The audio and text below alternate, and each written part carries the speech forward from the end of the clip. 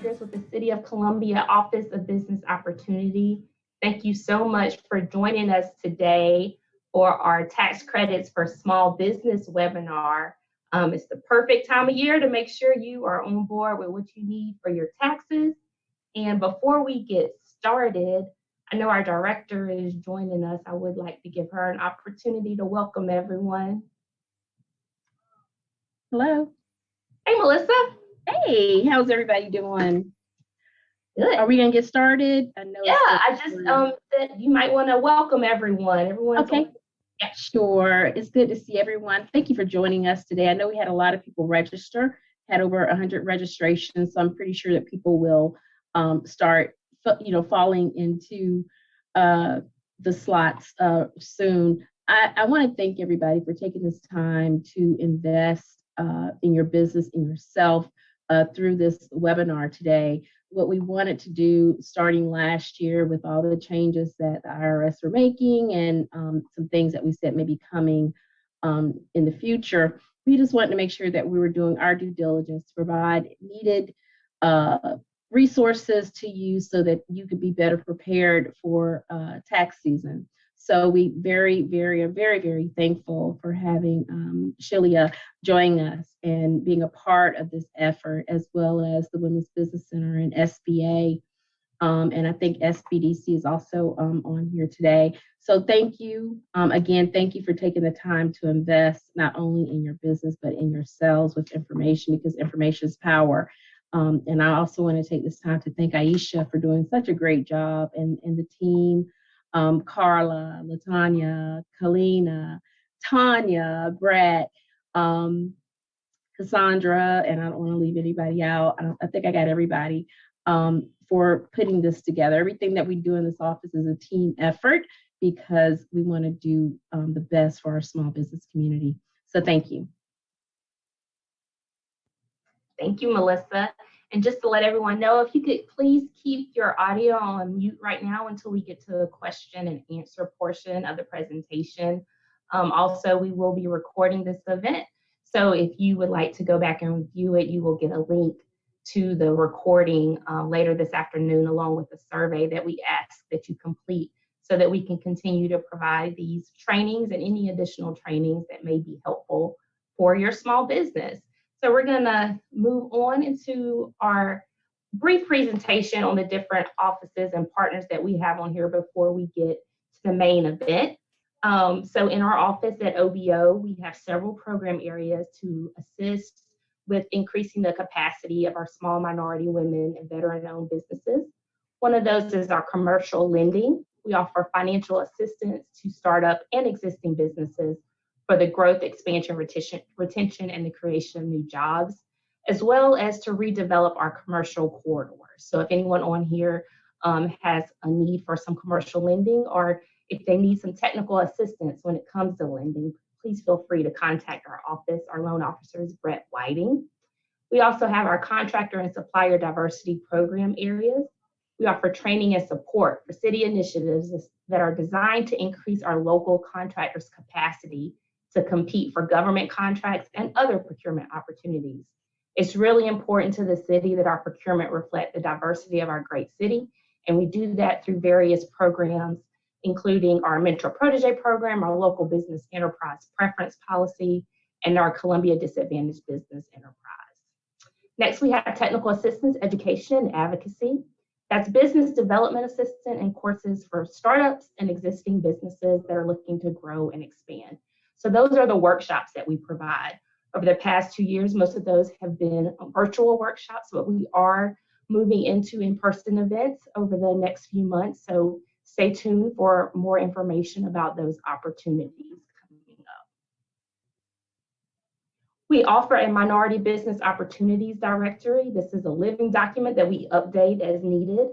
And the purpose of this directory is to provide small businesses and our new entrepreneurs information that they normally receive during an in-person event, but we offer this booklet and we can put that information in the chat so you can click on that and have access to different information regarding our departments and other community partners and their procurement opportunities. It's really important that you know the different departments and what they procure, because there's opportunities for you to partner with us to provide those goods and services. Our upcoming webinars, we're very excited. Our partners on this call have joined us to offer a business planning boot camp, and it's going to be a 4-part series that we're going to offer during the month of April. April 7th is the first one, next Thursday through the 28th. Every Thursday in April, we'll have this business plan boot camp, and we are very excited. We put a lot of work into this, and so I will put the registration link in the chat for that. We also are partnering with the National Association of Minority Contractors and Foresight Communication to offer Industry Day in April. And this will be an in-person event, so stay tuned for more information to register for that. But we'll have some panel discussions and exhibitors that will present best practices and contract opportunities for our minority contractors. So that's going to be a great day where we get to see people in person again. So we're looking forward to that in April. Here's our contact information for our office. We are located in downtown Columbia at 1401 Main Street on the 4th floor. You can give us a call at 803-545-3950 or email us at obo@columbiasd.gov. We'd love to have a discussion with you on how our office can provide different resources and tools to help expand the capacity of your business. So at this time, I'm going to turn it over to the lovely Cheryl Sally to talk about the Benedict College Women's Business Center. Well, thank you so much, Aisha, and thank you all for having us and allowing us to participate in today's session. Such a valuable session it is. Looking forward to hearing a lot and learning a lot.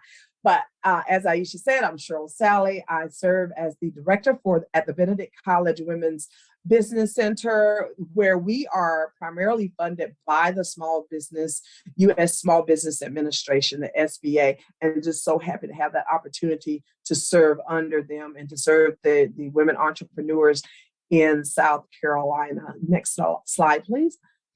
So just to give you a little bit about the Women's Business Center, combining our purpose, our mission, our vision, we want to make sure that we're doing all that we can to create a gateway out of poverty for our socially and economically disadvantaged women entrepreneurs. And we do that by providing them the tools that they need, the information that they need, the education and programming and one-on-one counseling, all the things that they need to either start, grow, or expand their businesses, which in turn create equal opportunities for our minority women entrepreneurs and help to stimulate the growth and the development in South Carolina.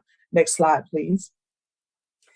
Who do we serve? As I said earlier, we serve, our focus is on women entrepreneurs, particularly women of color. Now, while we do target the women entrepreneurs, we do not discriminate. I'll say that on every presentation, regardless of race or gender, we will serve everyone. We do startups, we help startups and existing businesses, for-profit organizations, all industry segments and businesses across South Carolina. Next slide. This is just a snapshot of some of the core services and COVID services that we provide across the network of business service providers. And I'm not going to get into that because that will steal some of SBA's thunder, but we provide one-on-one counseling and the programming, as mentioned, on our websites and things like this, that why we're here today. But business planning, we always want to talk about what you need to do to plan to start your business or strategically plan to grow your business if you're already in business, business management, business systems, resiliency and recovery. Pivoting has been the buzzword during this pandemic. We started and launched the WBC in September 2020, and we launched having to not only work off the plan, which was a proposal to operate the WBC and provide these services, but being creative because we're in the pandemic. So we launched in a pivot status, if you will, but still being relevant to the customers, creating the processes while we're serving customers all at the same time. But we help, the guide entrepreneurs and individuals through financial management, how to access capital, how to position your company for lending and to receive funds and so on and so forth. government contracting and certifications, how to navigate those waters if you're looking to provide services or products to the government, whether it's city, county, state, federal, and in the private sector, but all about strategic planning. And all of it's done one-on-one counseling at no cost to the individuals that we serve. Next slide. This is just a snapshot of some of the staff that we currently have, and we are just in the middle right now of onboarding new staff members. And when I say the wealth of knowledge and experience with our staff members and the technical assistance consultants that we work with, that we partner with, it's just overwhelming at times. We're so fortunate to have all the expertise in the room with the common passion among all of us is to help our entrepreneurs, thereby helping South Carolina. Next slide. This is a snapshot of some of the upcoming tentative workshops. We partner with Nexum Pruitt. We partner with Ms. Tutwieler-Dawkins, who you'll hear from shortly. And with Truist Bank, we're going to do some bankable workshops. We've done some business licensing, but we're so glad to have those technical assistance providers. We cannot do it without them. And we try to make sure that we're giving our entrepreneurs and our clients at the WBC access to them at no cost to the entrepreneur. So we're glad of those partnerships with them. Next slide. We can't do it by ourselves, even with the staff that we have. So we're so fortunate to have a network of other like minds around the state that we partner with, we collaborate with, that share information about workshops just like this. So they share it with their database so that we can, capture everybody in the net. So we're so glad for this network of partners, of resource providers across South Carolina. This is just a snapshot of what we have, and we're in the midst of launching, and we're the new grants that we have for our rural development, rural mobile initiative, with a focus on certain areas, underserved areas in South Carolina with our mobile and creative entrepreneur demonstration grant. The areas of City of North Charleston, Allendale, Dillon, Marlboro, Lee, Bamberg, and Clarendon. So we're going to focus on those areas, but at the same time, we have a grant to, it's a statewide grant, our Community Navigator. And the WBC as a whole, we serve the whole state of South Carolina, but we receive funds as in addition to the grant opportunities from the SBA, from Wells Fargo, from the Truist Foundation. Next slide. I think I put Boeing, I may have taken, but we also have a grant from Boeing and all of those grants support our efforts, what we want to do to serve not only where we are here in Columbia, but all of South Carolina. So it helps us to throw that wide net across the whole state of South Carolina. So please, please, please be in touch. Let us know if there's anything that we can do to help you. Thank you so much again. This is our contact information. So I am going to turn the Zoom podium back over to you, Aisha. Thank you again. Thank you so much, Cheryl. We appreciate the partnership with Benedict College Women's Business Center. And next we have Angela Brewer with the U.S. Small Business Administration. Thank you, Aisha. Good afternoon, everyone. As she stated, my name is Angela Brewer. I am a business opportunity specialist with the South Carolina District Office of SBA. My primary focus, or my primary goal or job, whatever you want to call it, is to assist small business who are trying to get certified to do federal contract work. Next slide. SBA works to ignite change, spark action, so small business can confidently start. We do our start in part by offering counseling. We have our Women's Business Center. We have 3 here in the state. We have the Benedict College. We have here in Columbia. We have I Hope in Charleston, and we have Community Works Bank in Greenville area. So we have 3 3 Women's Business Center that can assist you. We have the SBDC and we have SCORE. Then we have grow and expand. We help you grow and expand your business through federal contracting, getting you certified to do federal contract work, and expand through loans. We don't do direct lending, but we assist aid the bank or give banks financing so they can assist small business to expand and grow their business. And then we have the recovery. As you all know, we're coming out of this pandemic. Thank God. Woohoo! I'm so happy to be free of this pandemic. We're coming out of this pandemic, but during the pandemic, we offer the PPP and the EIDL loan for those who was fortunate enough to get it. But it's currently over. The final push of the EIDL is winding down. So over the next few weeks, a couple of months, that will be gone and we'll be back to business as usual.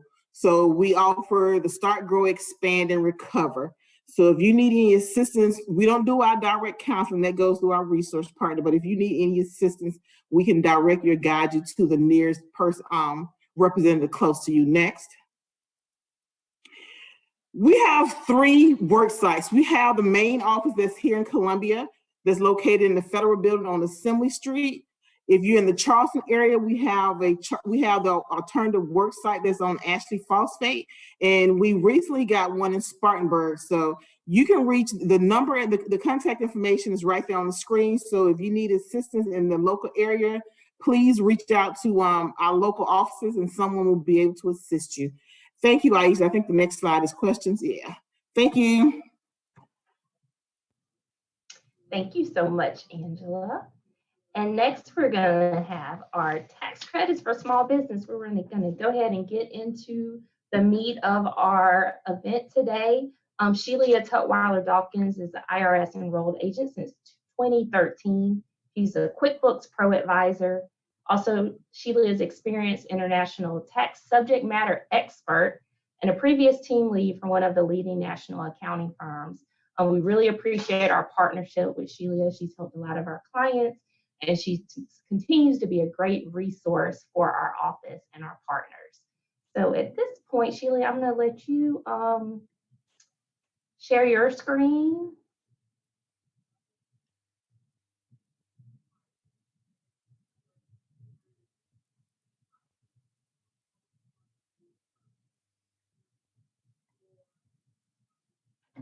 Okay, can everyone see my screen? Yes, ma'am.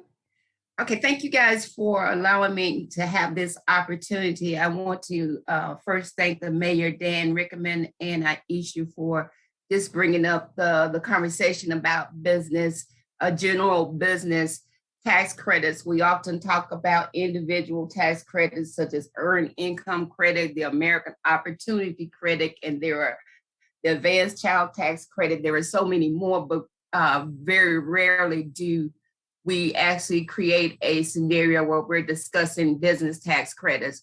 One of the things I'm going to say prior to starting off is that it's critical that you have strategies in place. And when you look at business tax credits, what you want to do is ensure that they align with your credit, with your strategies. Also, you definitely need your business plan. Ms. Cheryl has already talked about that prior to that, but we want to have those in place. Ensure that you file your taxes. A lot of the scenarios or the different things that were offered during the pandemic, a lot of our small businesses weren't able to be able to take advantage of those is because they had not filed proper tax credits. Finally, as we go through this, and this is a snapshot of the business credits, we want to make sure that we have good partners in place that understand your strategies, help assist you with the tax credits, and walk you through the process, because some of the business tax credits are very straightforward.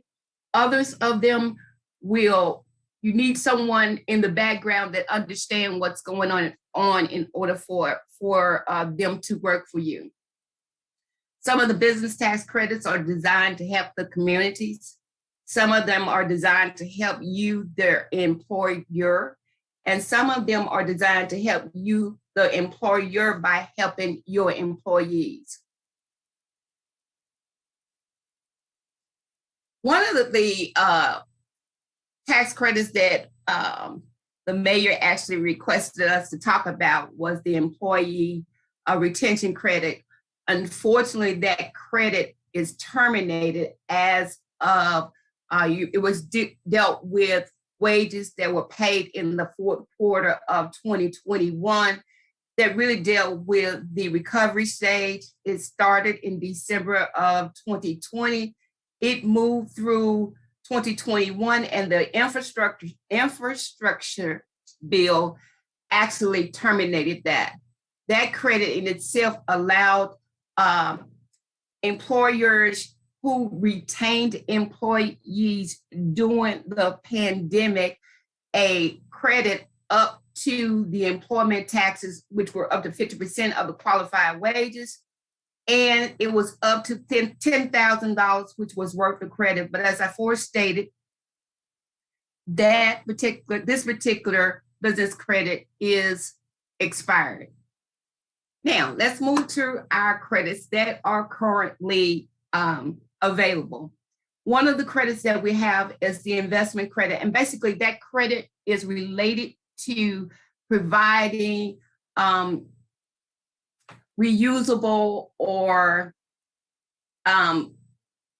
clean air, clean water, designed to produce energy from the sun, and also qualified rehabilitated buildings. Some of these will expire in 2023, which relates to solar energy and small wind projects. But if you are interested in those, you still have ample time to participate in them because it ends December the 31st, 2023. One of the credits that I think will help the community, specifically with buildings that need renovation, are the qualified rehabilitating buildings. One of the requirements is that it has to be a certified historic structure. So that means you can't just go get your grandmother's house and rebuild it. It has to be something that is considered historic and has a certification.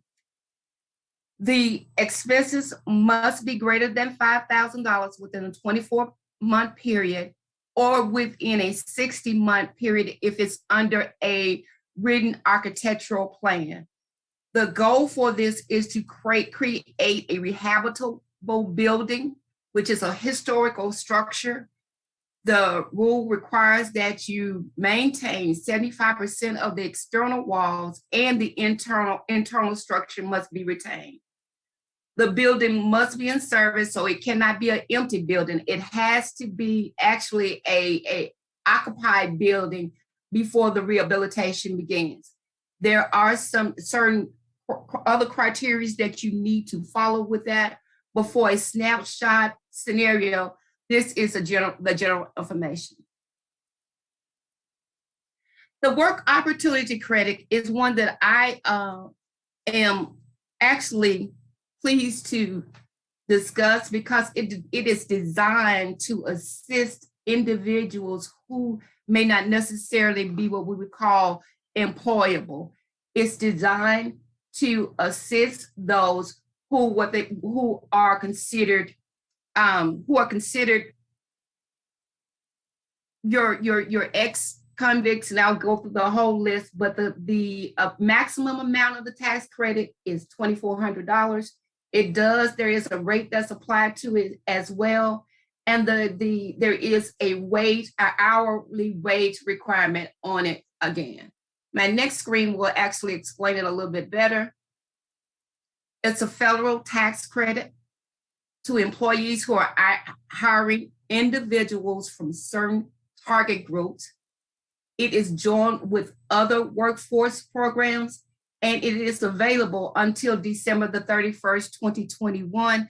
And also, there may be some, so as typically when tax laws walk through the process, for instance, the tax laws that changed in 2019 or 2018, some of those will expire as of 2025 unless Congress comes along and make those changes.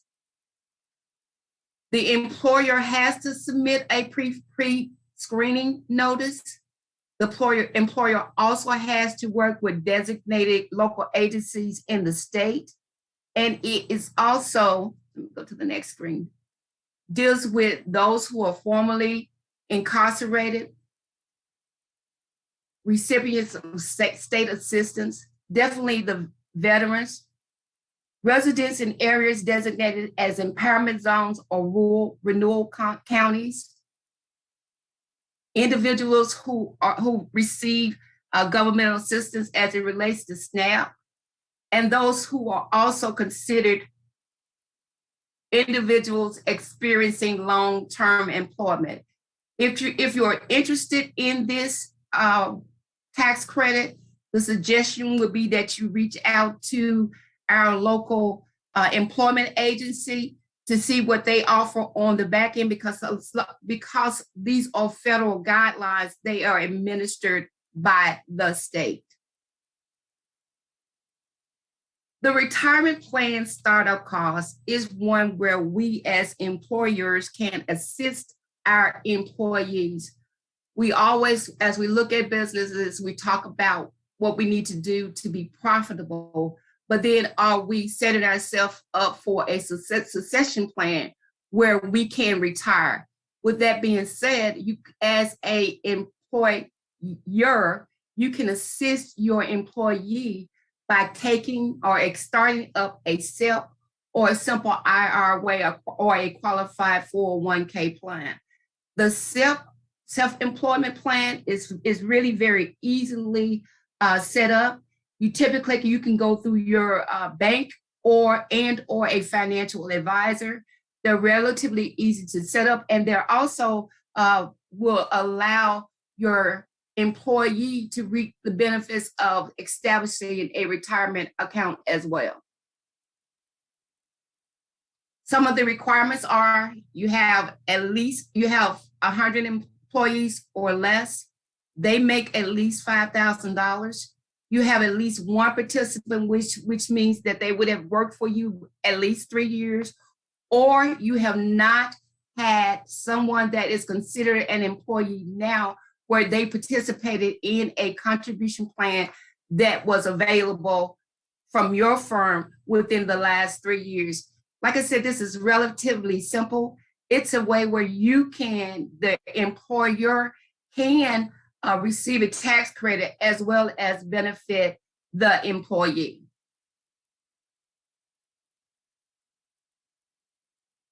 One of the things that we always talk about, and I know we talk about insurance, and for us as employers, hiring someone and giving them insurance, it can be expensive.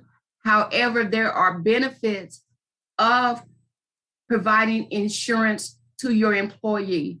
50% of the premiums paid can be used as a credit. 35% of the premiums for tax-exempt employers, and you have fewer than 25 full-time employees. You have to pay at least 50% of their costs, and the employee picks up the difference. It's on a grading scale or a working scale, sliding scale, I'm sorry. It is refundable. So that means that even if you don't necessarily have a tax, you are able to get a refund or cash in hand as long as it does not exceed your income tax withholding and Medicare. You have to have the employee on payroll. This is not a 1099 employee. My office phone, I forgot to turn it off. Sorry.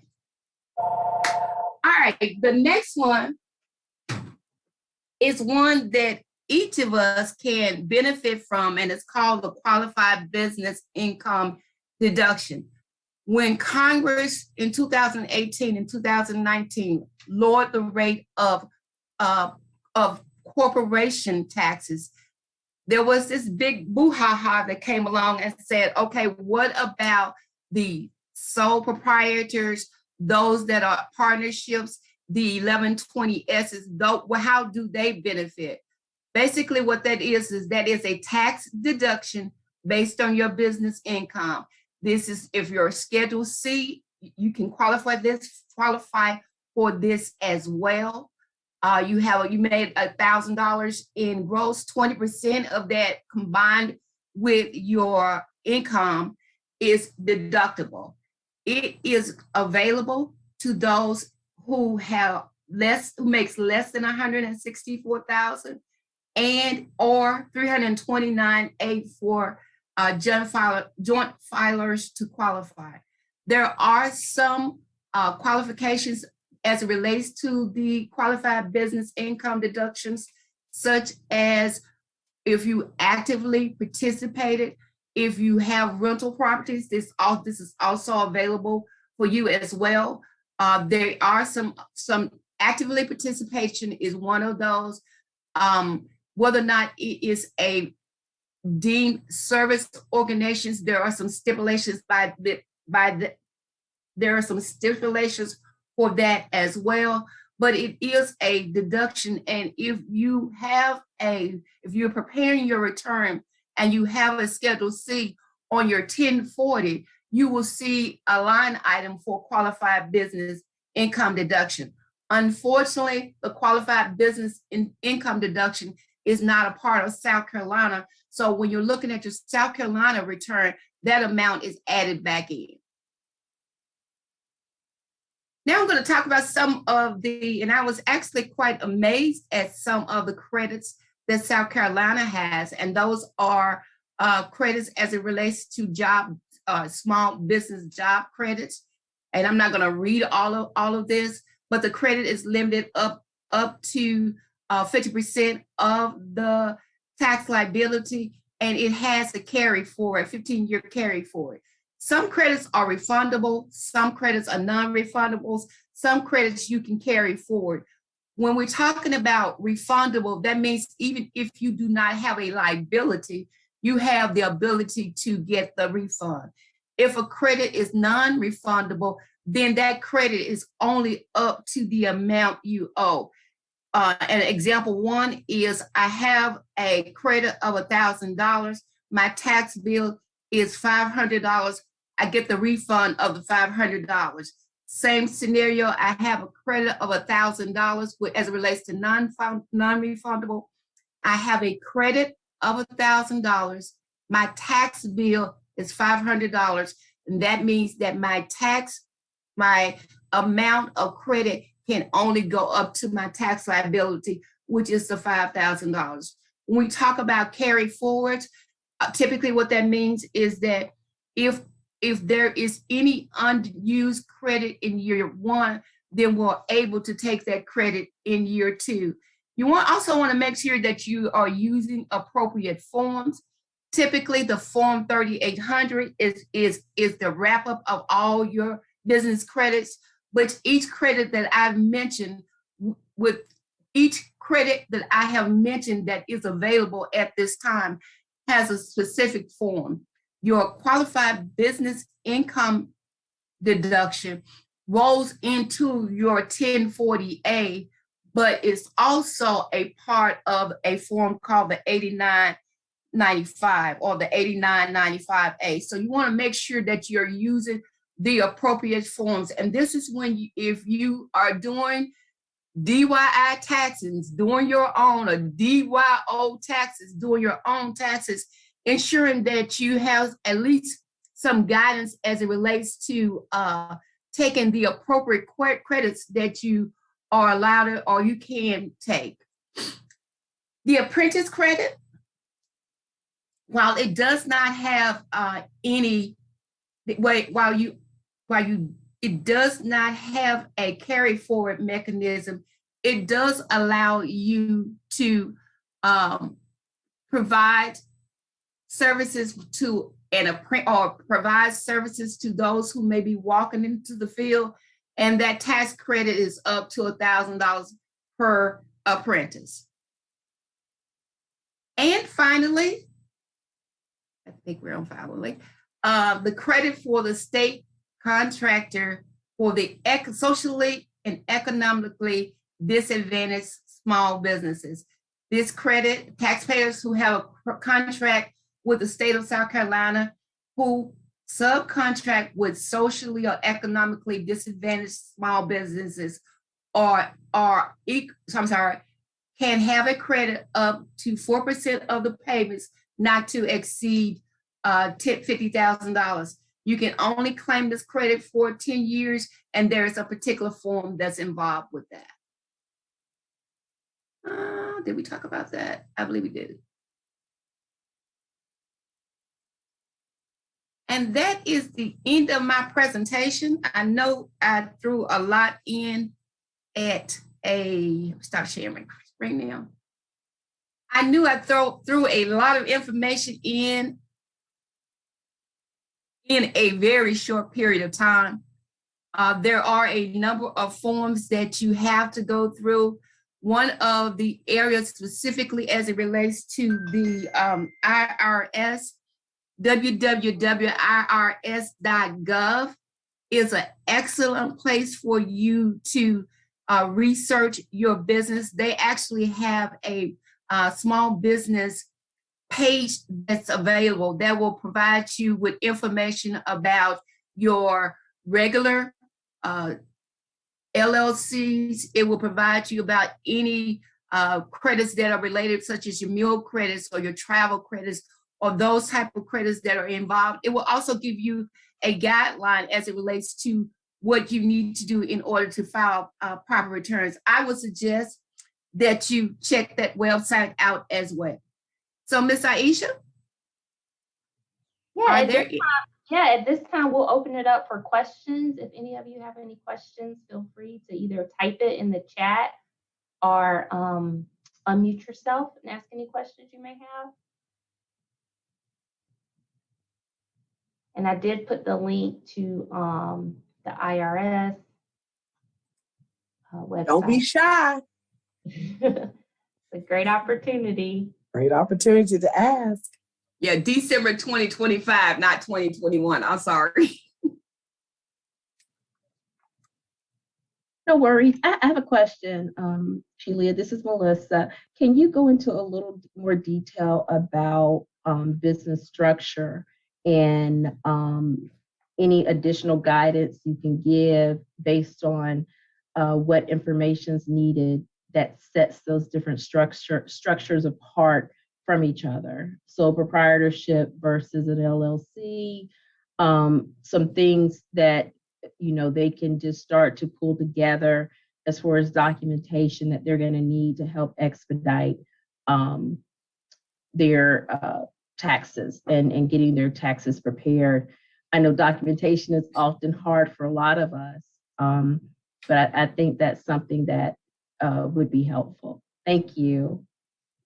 So that is an excellent question.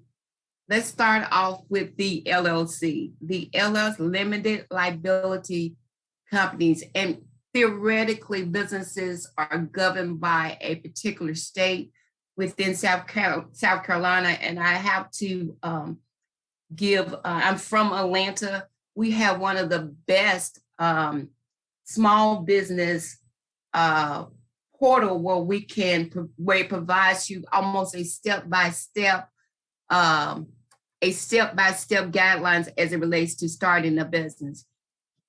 Corporate structure, organizational structure is critical.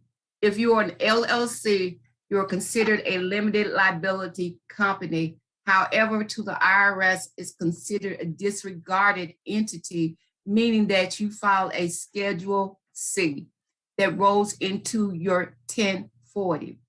Your Schedule C becomes your theoretical W-2. Within the Schedule C, you're taxed on your net or your loss, which means that as an owner, you can't necessarily pay yourself wages.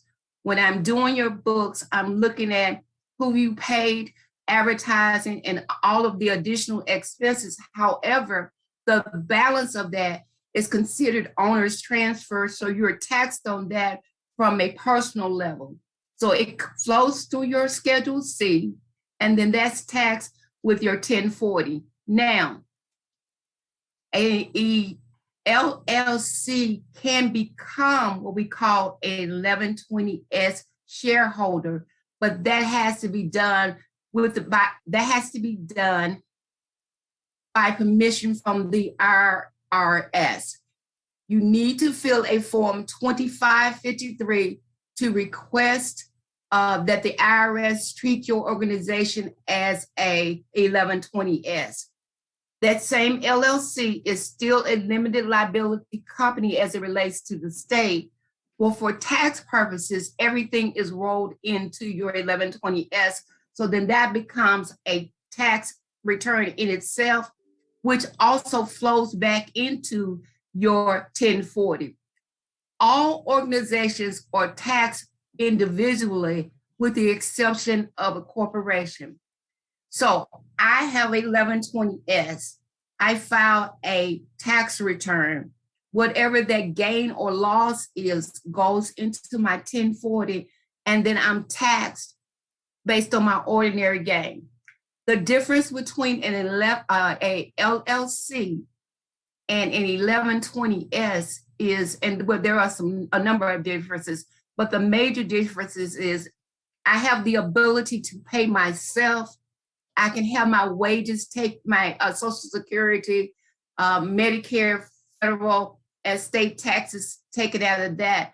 But on the state side, you have not changed your LLC designation.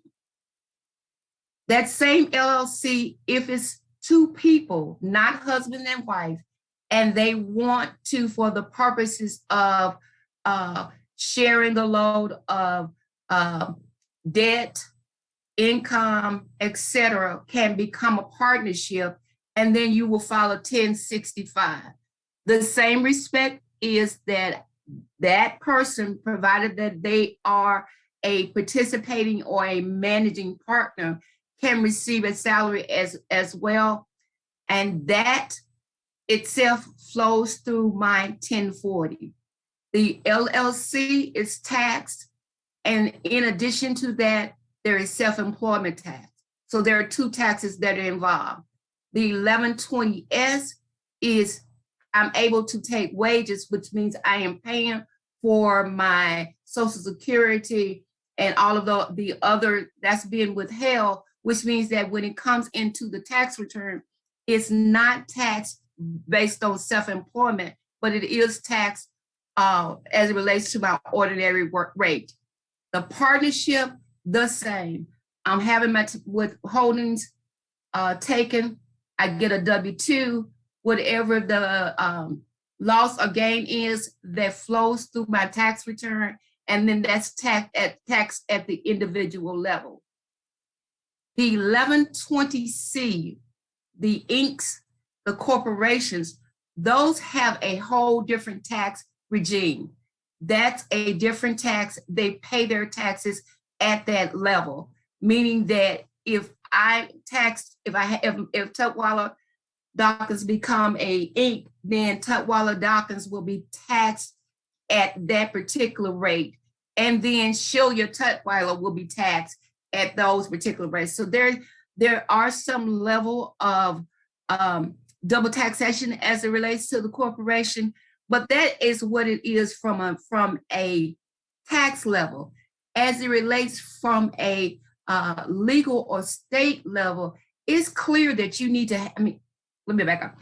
It's critical that you talk to an attorney to have them have a picture of where you are trying to go and what it is that you are trying to accomplish to determine what is the best organizational type for you.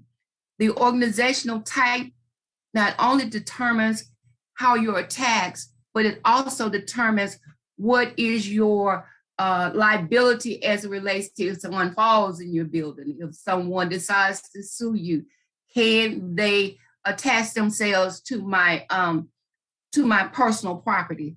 So the purpose of designing a structure is to create a shell around your personal assets as well as liabilities, but it also reflects in your taxation. Thank you. All right, next question. And since we're talking, while I'm waiting on questions, April the 18th is the deadline for filing individual taxes. If you decide that you are not ready yet, that is fine. Please file the 4868, which is the extension to file. That gives you the opportunity to file as of October the 15th. We had a deadline extension in 2020. We had a deadline in a extension in 2021. There will not be a deadline extension in 2022. So if you have not filed or you are still working on getting your paperwork, please file that extension as well. The backside of that is if you owe, that extension does not give you an extension to pay, it gives you the extension to file.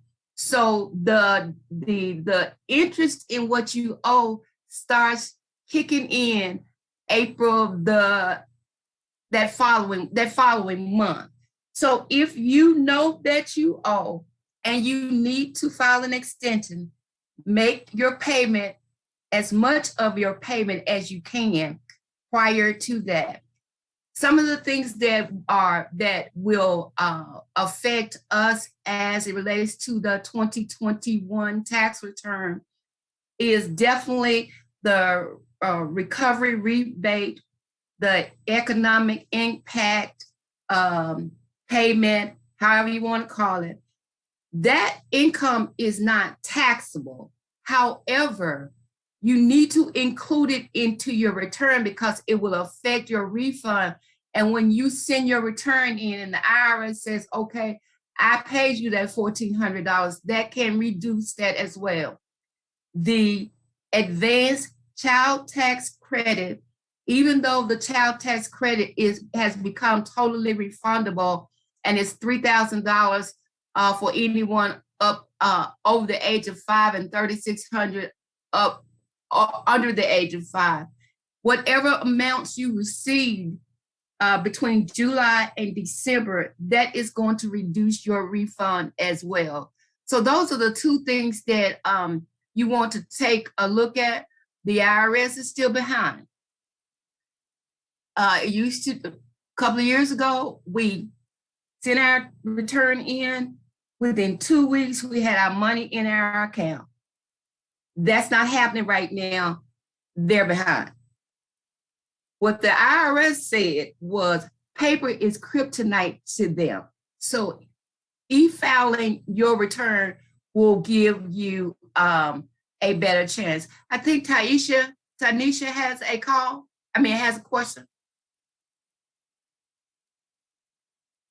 Tanisha, you can unmute.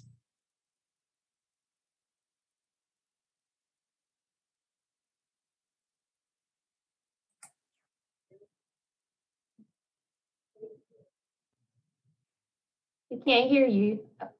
Hi, my apologies. Can you hear me? Yes. Okay. My name is Tanisha, and I have a question. I currently reside in New York, and I also do business in South Carolina and am purchasing property in South Carolina as well. Mm-hmm. So what I was asking is, how would the correlation, I know you were mentioning a couple of things or a couple of advantages in South Carolina, how would that pertain to me or be affected with me being an out-of-state resident who is purchasing real estate and doing different transactions in the state of South Carolina? I do work with the SBA currently as far as like EIDL, PPP, things of those nature. But with me, like I said, being a resident of New York, is there any differentiation or is there anything that I can do to take advantage? And generally, there is a reflection if you're not a resident of the state. Most of the credits that I mentioned, however, were federally. So those in itself would would apply regardless of your location, as long as you are in the United States and you're not attached to a foreign entity. However, I will say this, that typically what happens is when you are a resident of one state and you operate business in another state, you have to file a non-resident return. I know with the, and I don't recall it before the pandemic, but I know in the last couple of years, when you purchase property in South Carolina, they have you complete a form, and if there are any gains on that property, or if you're selling the property, they ask you to provide them with a form, and if there are gains on it, they immediately tax you at the time of the sale, which means if you file the return and based on your complete picture, you may be given a refund. But I would say that typically when you're dealing with state, it for the most part deals with residents, but that would be something that I would contact my accountant that I'm working with in order to see all of the ramifications of that. And someone asked the question, Monica asked, the business has not physically opened yet. So she asked, should she look into a 1120S request? If you have theoretically, if you have a net gain in your business, then of course I would actually look at 1120S request. However, you always want to gauge three things, and three things with any decision you make. This relates to depreciation, amortization, expenses, how I'm going to organize my business. You want to look at the federal implications, but you also want to look at the state. When you when you create an 1120S, your taxes may be lowered because you're able to integrate your W-2s into the business income. Your filing requirements will change, which means that I'm not filing one return, I'm filing two returns. You got to pay yourself, which means I have to have payroll. I have to have a W-2. There may be workers' comp that's involved in that. So you have to gauge, is it financially feasible for me to create additional expenses by creating the 1120S if my self-employment taxes are only $700? Because filing an 1120S, the going rate for just preparing that return is $700.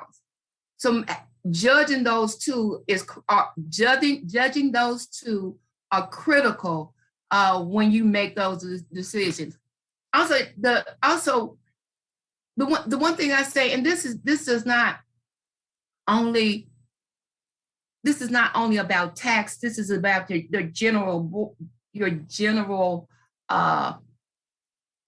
broad range of business sense. There is this theory we call the prisoner's game. The prisoner's game is I put these different scenarios in, and based on move one, how will move two react? Also, will move two counteract, or will move to fall in line? So with that being said, whatever decision you make, it has a ripple effect throughout your business. How is this going to affect my cash flow? How is this going to affect my my capital gains? How is this going to affect my operating business? And specifically, as we are moving out of the pandemic, and we want to be more visible in the community, does a brick and mortar, which I need to do, this is Shelia talking to me, does a brick and mortar that's going to tie up more cash, will that facilitate itself as well? So every decision, every action brings on a reaction, and you want to make sure that reaction, as it relates to your business, is profitable and viable and maintains your business for not only ourselves, but for generational wealth. That's great. And Cheryl made a comment about how it's so important that we have experts like Shelia here available to talk to us and share her passion for assisting our small business community so that they are prepared to file their taxes and put themselves in a better position as they move forward. Do we have any other questions?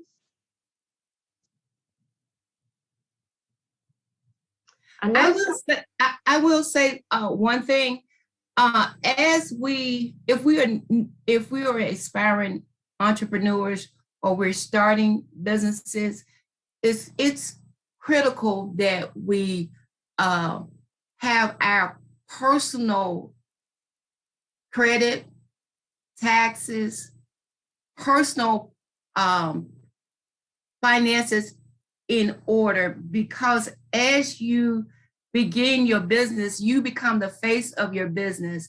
You are the credit for your business. You are, I mean, when you start filling out forms to join the different organizations that can provide assistance, the first thing they ask you for is your 2 years of filed tax returns. If you just started your business today and you want to be a part of the MBE, if you have not filed your 2-year tax returns, you don't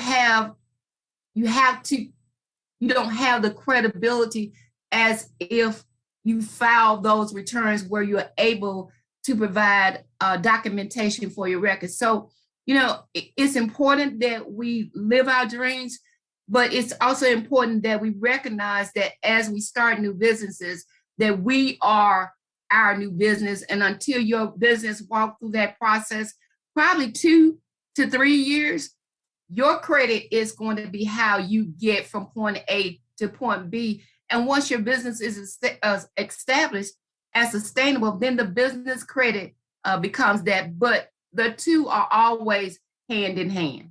Thank you so much for this opportunity. It is a lot of information. I'm available, and it's my pleasure to serve my community. Yes, and I did have a question from Sherry regarding the Veterans Business Outreach Center. Angela, I don't know if you have any information about that. Okay, Sherry, do you want to share anything about, you said you're a veteran and you're currently taking the Boots to Business Entrepreneur course? Yes. Hi, Aisha. Good afternoon. Yes, I'm a retired veteran. I'm in the process of starting my business. I've taken several classes through the VBOC, and I was just curious if you guys were a partner with them.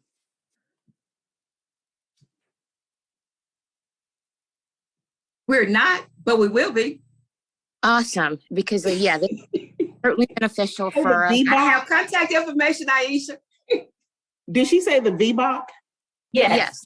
The VBOC is a partner with SBA, the Veteran Business Outreach Center. We don't have one here in South Carolina, but the one that's in Warner Robins, Georgia, service South Carolina.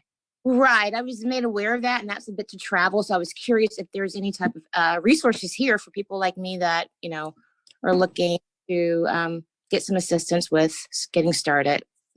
Are you still in the military, transitioning out? No, I retired. I live currently in Blythewood. I'm from Seattle originally. So I'm just right now just getting started. I've been taking courses. I just started a course yesterday, a business plan course. Yeah, I know Frank Anderson, who works with SBA. He's in the district office with me.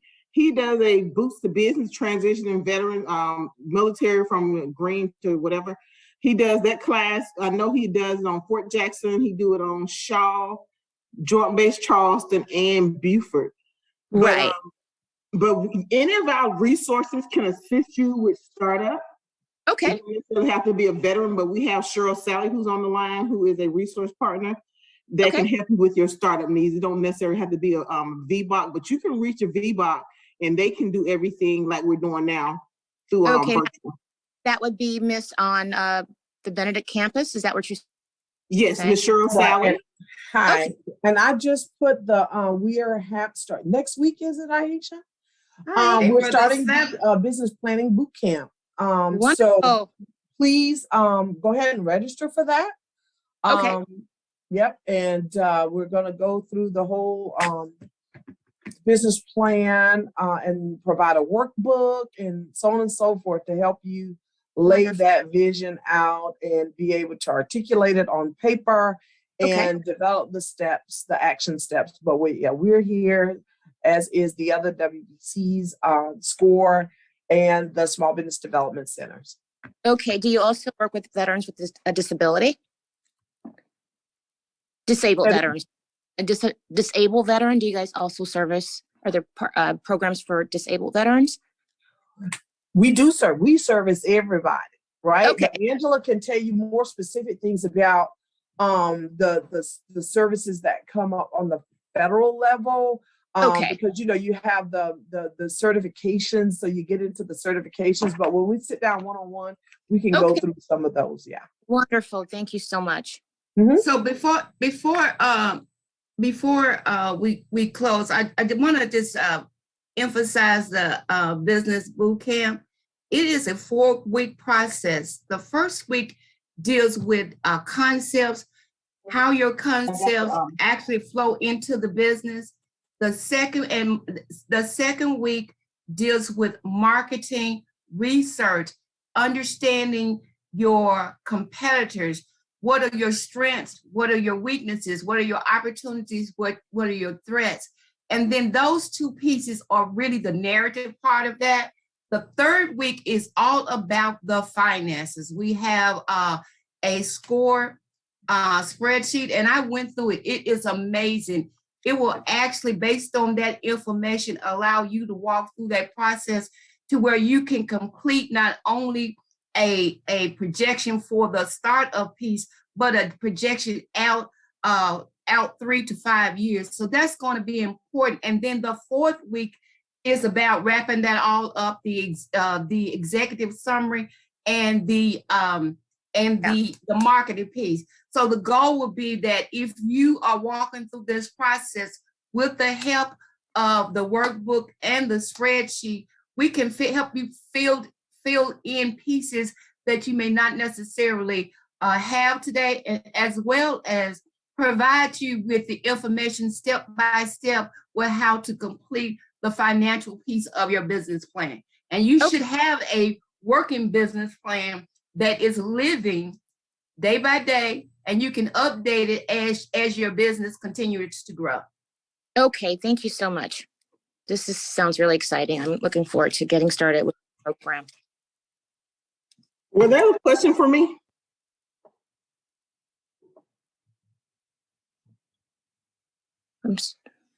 Okay. I think I just I said your name, Angela, when we were talking about the Veteran Business Outreach Center. Okay. All right. Do we have any final questions before we wrap it up?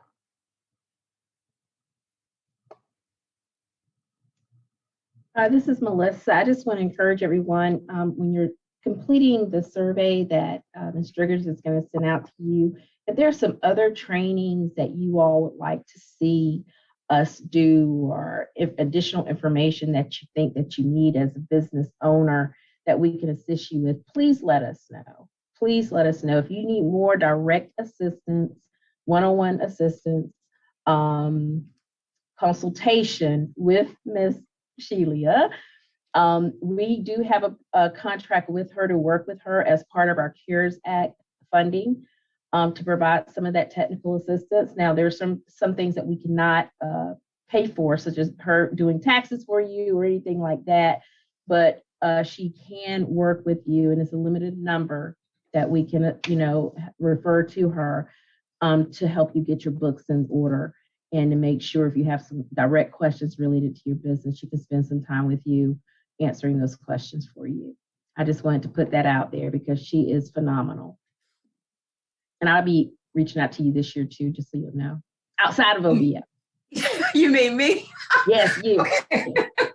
Yeah, but thank you. I think we all have a side hustle, and my side hustle is becoming more of a reality to me, that I can do more in that area if I'm organized and my documentation is in order, and I'm more comfortable now than I've ever been before in moving forward. I think that's probably a sentiment that a lot of you share as well. So having your financial documentation in order, especially as a business owner, it does free you up to be more creative and to expand your business and think about partnerships. So awesome. May I just offer one suggestion? Yes, if ma'am. you are new to accounting and you're very new and you want to start off, QuickBooks has a self-employment online service that you can purchase for $12.50. It's the very basic, it's very simple. And if you do it online and you have an accountant or me, we can walk you through the process by just being on the computer. So don't go out and get the big time desktop version until your business can sustain that. That's self-employment. The very first version is a good place for you to start. And as you grow, then you can actually upgrade to a more robust accounting piece. But yeah, QuickBooks is a good place for you to start, and it's geared for non-accountants. That's my pitch for today. Ms. Dawkins, I have one last question. Is there an attorney that you guys work with or partner with within this program for tax attorney? Cheryl, that's okay. We got some more free we advice. partner with Nexum Pruitt Law Firm. Actually, if you are a client with the Women's Business Center, there's a process, but we can refer you, and you give us permission to share your client profile and all of that, then we can refer you to Nexum Pruitt, and they will reach out to you, pursuant to our referral, and contact you, and they provide those pro bono services. They match you up with a participating attorney. So we do have legal services for our WBC client at no cost to you, for basic legal advice and things like that. And there's up to a certain number of hours. This is amazing. Thank you so much, Mrs. Sally. I appreciate You're that. welcome. You're welcome. And I want to also encourage all of you to, I know as business owners, you have a network and you learn from each other. So make sure you're sharing these free resources with your friends and colleagues, and let them know that they do not have to pay large sums of money to a consultant when you have free resources that are probably more credible, directly related to the agencies that you're trying to get funding from, SBA. You need to make sure that you're talking to these direct resources. And the more you know, the more empowered you become. So keep in mind, Ms. Sally, she has staff members coming on board now for more of that direct one-on-one. So Cheryl, we're laying off referrals, but we're about to, get it back up and going again. No referrals laid off on this end.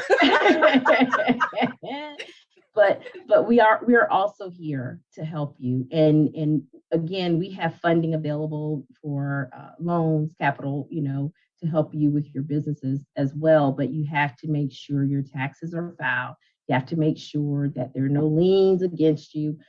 These are, in most cases, 82% of our loan portfolio, they're federal dollars. So all of our dollars have to make sense, and we have to be accountable. We hold our businesses accountable too. But again, take advantage of these resources. They're free resources, guys. Yeah. And share this information. This time has been, I know, well spent for me, and I know for a lot of other business owners out there. Take advantage. Take advantage. Information is power. Right. Thank you also, Ms. Dawkins. You did a phenomenal job as always. Thank you, Cheryl. Thank you, Angela. Can I ask one more question, if you don't mind? Mm-hmm. So basically, I'm having some difficulty as well with one of my loans. I am fully qualified. My business has been in existence since 2018. I'm having some difficulty with the EIDL.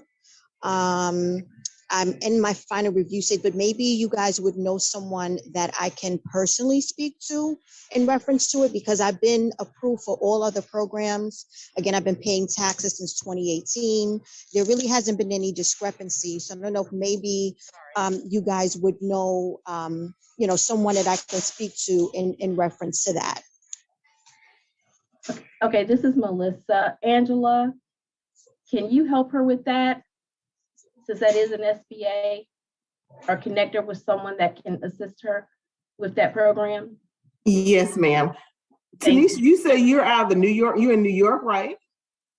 Yes, I am in New York, but I'm also doing business, like I said, in South Carolina as well. But the business that I'm using predominantly is my New York Real Estate Corporation. And that's the one you request the EIDL on?